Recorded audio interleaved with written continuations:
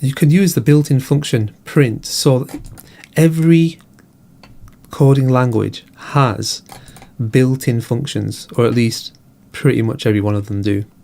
And the built-in functions do different things. They're extremely useful. Again, these are the essential building blocks of coding.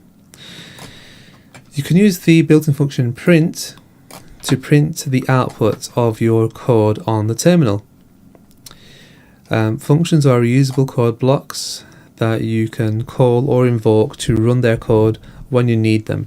To call a function, you just need to write a pair of parentheses next to its name. You'll learn more about functions very soon. For now, go to a new line and add an empty call to the print function.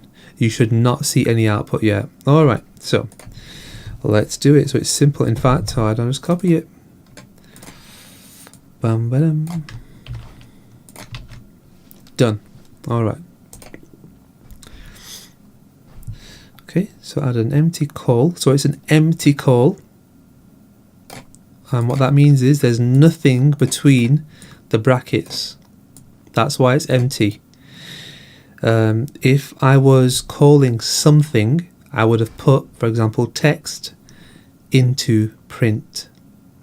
Alright, but this is an empty call.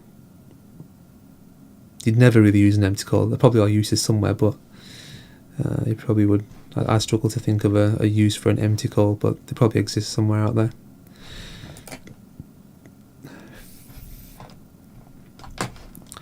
An argument is an object or an expression passed to a function, added between the opening and closing parentheses when it is called. Okay, so they've created, in this example, they've created a variable called greet.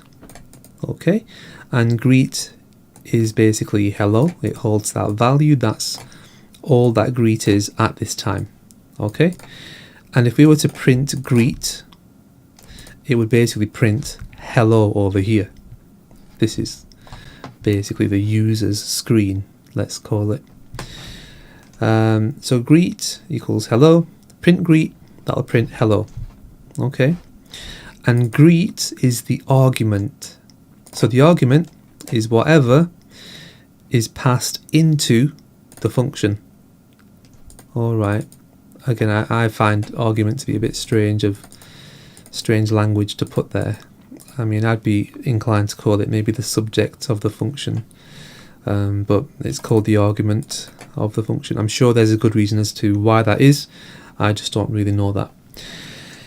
The code in the example above would print the string hello, which is the value of the variable greet passed into print as the argument. Okay.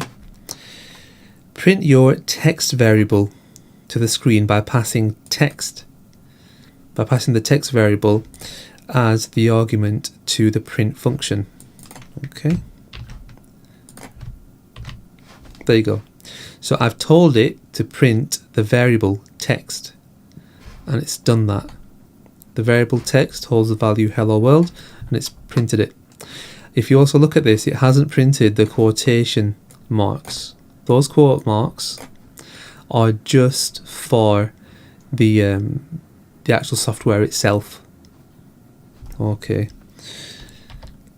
Yeah, it won't let you add to. Let me just, one second, let me just do this.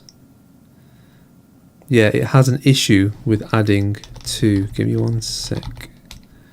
Yeah, look at that. So there will be a way of doing this. Oh, there we go. Yeah, so that works. So if I wanted to actually have quotation marks on this, I would just switch around the ones that I've actually used to make it work. Yeah, that's how you would do it. But yes, that works, and we will continue ahead.